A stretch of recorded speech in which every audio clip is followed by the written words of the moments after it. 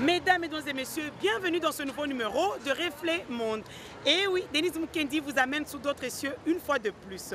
Ce beau décor que vous pouvez apercevoir derrière moi, c'est la Tour Eiffel. Nous sommes bel et bien à Paris, la capitale française. La révolution de la modernité, cette vision du chef de l'État congolais, Joseph Kabila Kabange, ne doit pas être un slogan. Et ses troupes s'y attellent afin de la matérialiser. Reflet Monde a suivi pour vous le ministre des Affaires foncières, son Excellence Robert Mbouingabila, à New York, à Paris et à Troyes. À New York, c'était pour une conférence sur les affaires foncières. À Paris et à Troyes, il est à la recherche de potentiels investisseurs, surtout pour ce grand projet qui arrive pour son ministère, celui de la réforme foncière. Après son reportage, sa tournée aux États-Unis et en Europe, je vais vous laisser suivre une activité qu'elle a concoctée. Sa famille, parents, amis et connaissances, vous comprendrez que cette année-ci, il a bien eu 60 ans d'âge. Et cette activité était agrémentée par l'orchestre Zaïko.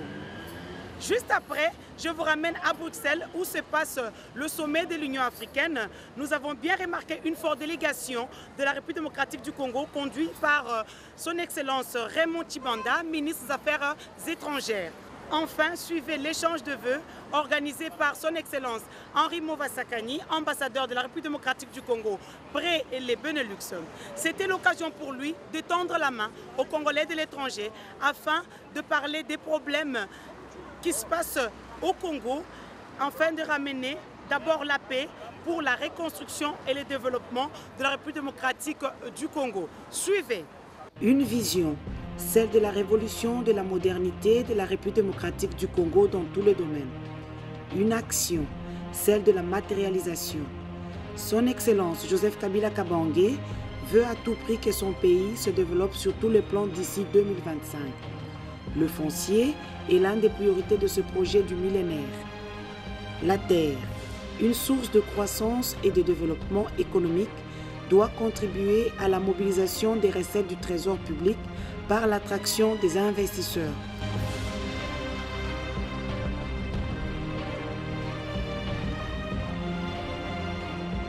C'est dans ce cadre que Robert Mbouingabila, ministre des Affaires foncières, a effectué une tournée américano-européenne à la tête d'une forte délégation congolaise. Primo, à New York, en vue de participer à une conférence sur la pauvreté des femmes liées au foncier. Segundo, des séances de travail avec des dirigeants de la Banque mondiale afin de récolter près de 37 millions de dollars pour l'appui de son grand projet, celui de la réforme foncière. Une initiative que l'équipe de la Banque mondiale, particulièrement son directeur général, a applaudi vu que le projet est net, clair, précis et concis de la conception à la réalisation sur terrain. Le montant minime respecte la fourchette de l'action, à côté de projets amenés par d'autres pays, ayant confirmé leur présence d'ici peu dans la capitale congolaise pour l'appui effectif du projet. Une initiative qui a abouti à une réussite et l'ensemble du gouvernement conduit par le Premier ministre Matata Ponyo sous l'impulsion du chef de l'État, Joseph Kabila Kabange, peut s'en féliciter. La machine est en route. Congolais d'ici et d'ailleurs, il est temps d'oublier ce qui vous divise, mais d'apporter votre expertise. Plus que jamais, voici la main tendue du gouvernement congolais à tout potentiel investisseur pour ce grand projet de la République démocratique du Congo. Mais à son tour, le gouvernement congolais devra appuyer, encourager, accompagner et donner la priorité aux investisseurs congolais de souche en consommant local comme dans tous les pays du monde, vu qu'ils ne déméritent pas en expertise acquise, surtout à l'étranger. Plus que jamais, Robert Mbouingabila, toute son équipe ainsi que le gouvernement congolais avec lequel il collabore en interministériel, tient à la modernisation de l'administration foncière sous deux axes, celle de l'informatisation et la numérisation du cadastre. Et oui, la révolution est en marche, le processus est en cours.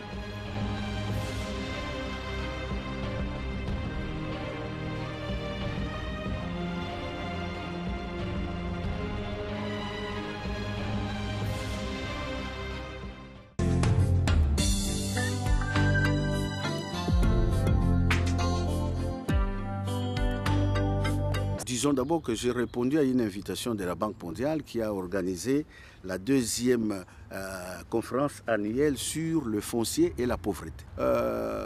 En quelques mots, je pense que aujourd'hui, tout le monde prend conscience que la terre est la ressource la plus précieuse et la plus stratégique que nos pays puissent utiliser pour atteindre les objectifs du millénaire, c'est-à-dire notamment pour lutter contre la pauvreté. Et donc nous avons été participer à cette conférence qui a eu à aborder un certain nombre de thèmes, parmi lesquels l'accès aux droits de la propriété foncière pour les femmes. Je parle bien devant une journaliste femme, je ne peux pas ne pas insister sur ça, mais également par rapport à la sécurité des droits de propriété, par rapport à l'attraction de grands investisseurs et par rapport aussi à des questions sur justement l'éradication des conflits fonciers.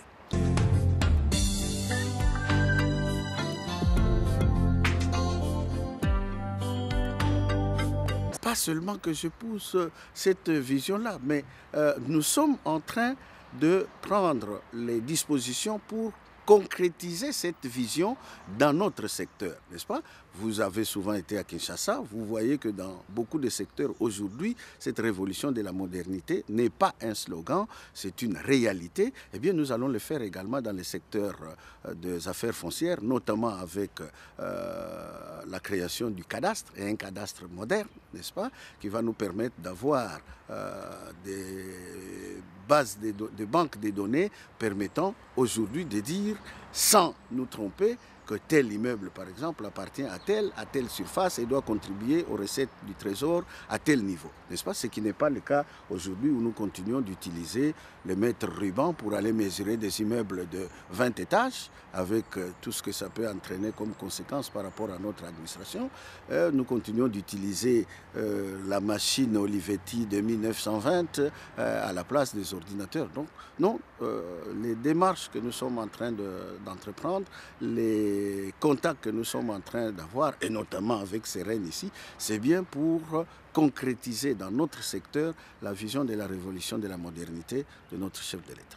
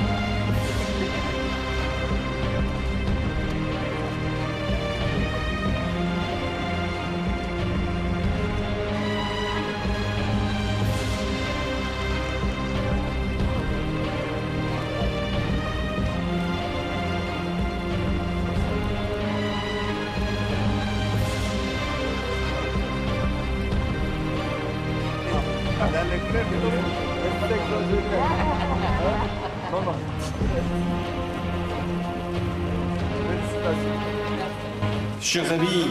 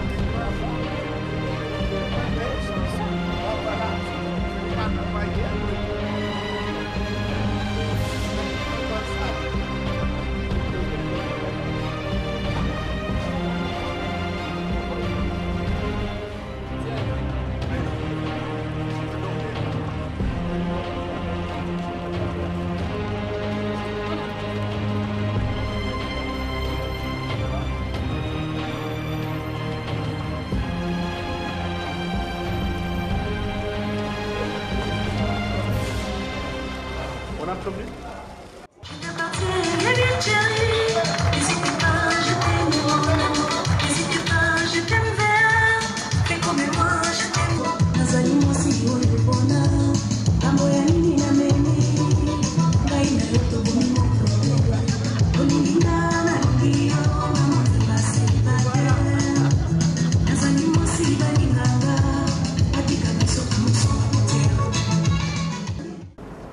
Papa chéri, c'est avec une joie immense que je me tiens là pour te dire ce petit mot.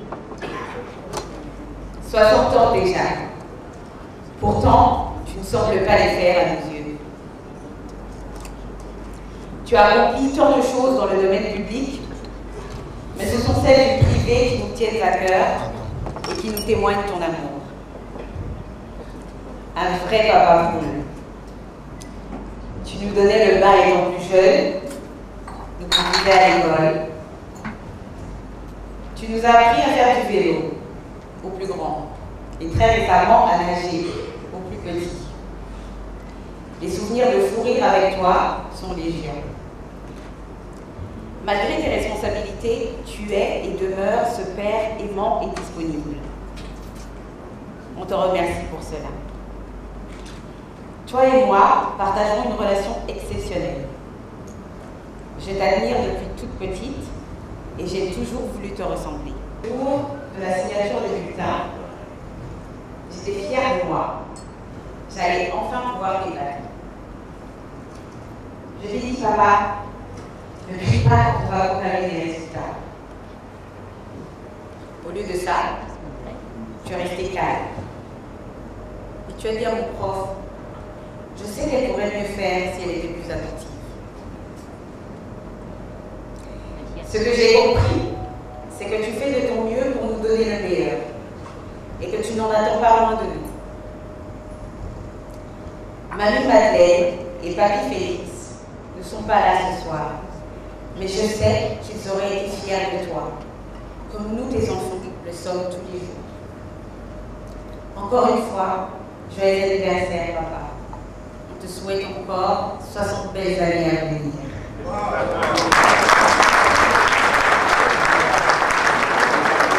C'est à mon tour. Il vous en reste combien à vivre?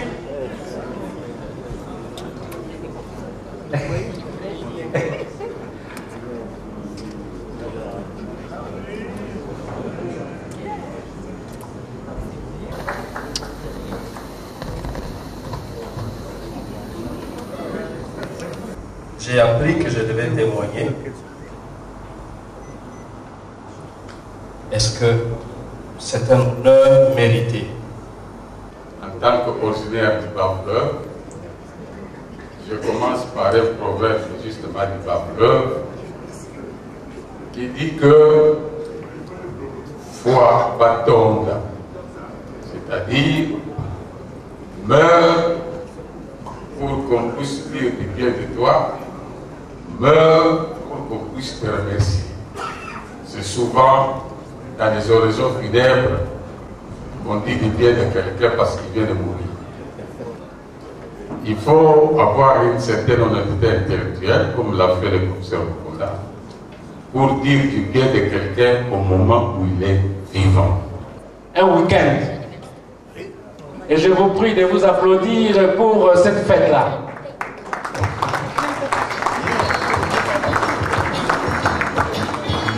Merci, merci.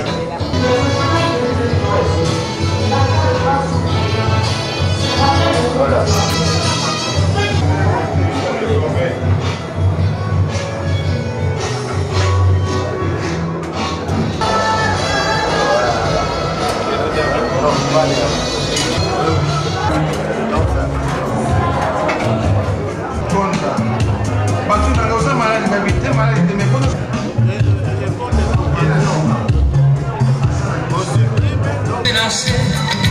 Voler sans t'arrêter, chante, chante, mais t'y laisser, tu finiras par les chanter. Le même rythme pour le service. Il y en a qui en sont encore au début. Avec votre permission, je vais demander à Robert d'éteindre avec le souffle que le gouverneur Mbachimbacha lui connaît, parce qu'il a dit 6, mais il est encore trop jeune. Ah. Bravo! Bravo! Bravo!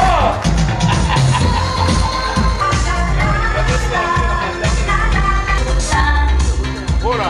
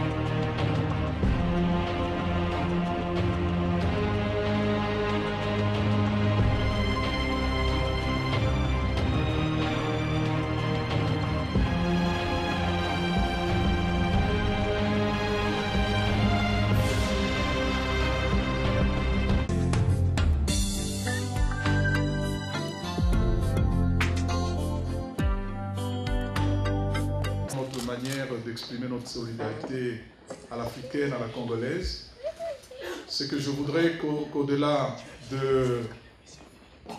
du protocole, que nous puissions considérer cette occasion comme une opportunité d'échanger non seulement nos vœux, mais aussi de nous rencontrer, parce que finalement la Belgique est si grande pour nous, qui venons d'un pays 80 fois plus étendu qu'elle, c'est que nous n'avons pas toujours l'occasion de trouver des périmètres de convivialité, et je suis d'autant plus heureux que vous ayez répondu si nombreux à l'invitation, qui consiste en fait à une rencontre par rapport à nous-mêmes, à nous regarder un peu comme dans un miroir, à retrouver des frères, à retrouver un peu de saveur, de parfum, à retrouver un peu de langue, de langage de chez nous, à nous retrouver chez nous, parmi nous. Nous avons souhaité cette rencontre. Malheureusement, la semaine a été dure pour nous, parce que nous avons perdu un collègue diplomate, ancien maire de Lubumbashi. Donc, la personne à l'honneur de qui nous avons observé une minute de silence. Mais nous ne pouvions pas laisser passer le mois de janvier en démarrant une année nouvelle.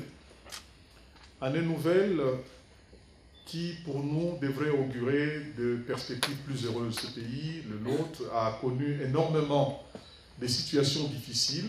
2013 a été une année en demi-teinte, on dirait, parce que pour la première fois, nous avons peut-être passé les réveillons en ne disant pas nos frères sous occupation à l'Est. Pour la première fois, ça nécessite de le dire dans la mesure où il y a très longtemps qu'on n'avait plus droit à une telle parole, à un tel langage. Et donc, ça pourrait peut-être être le déclic d'une nouvelle ère, d'un nouveau Congo. Un Congo qui entre de plein pied dans une autre dynamique, celle qu'on a toujours recherchée, de la paix, de la reconstruction, de l'engagement citoyen et du développement. Je souhaitais vous voir, mes chers frères, pour que vous m'offriez l'occasion de vous parler, parce qu'il y a longtemps que nous avons eu une telle occasion pour pouvoir nous exprimer les uns les autres, échanger sur nos états de santé, échanger sur l'état du pays, sur nos familles, sur notre amitié, notre camaraderie, finalement notre fraternité.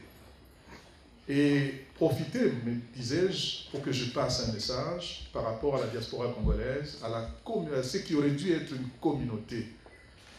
Je me sens parfois l'homme le plus malheureux du monde lorsque je ne sens pas ma communauté, dans le sens de la mise en commun de nos esprits, de nos pensées, pour le bien du pays.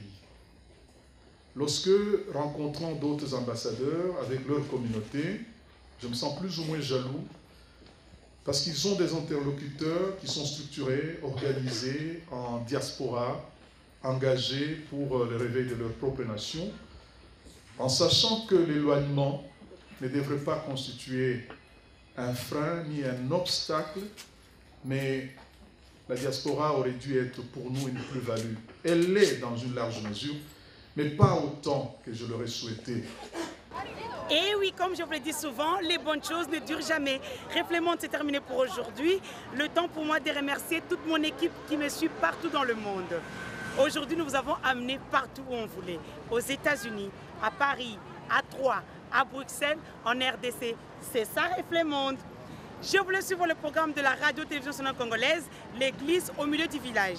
Dédicace spéciale à Madame Nicole Tibambuki Tokogwanga, Madame la DGAI de la RTNC.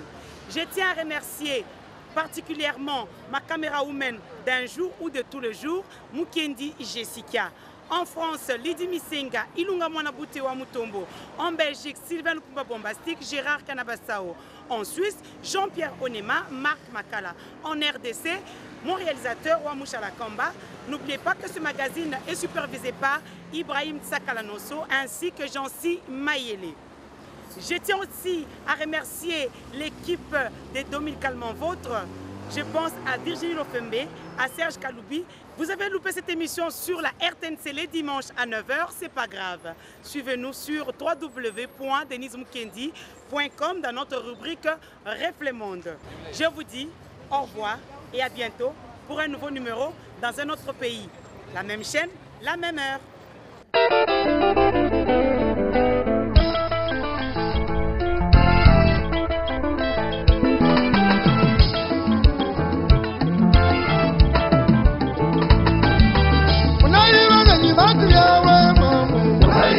Wa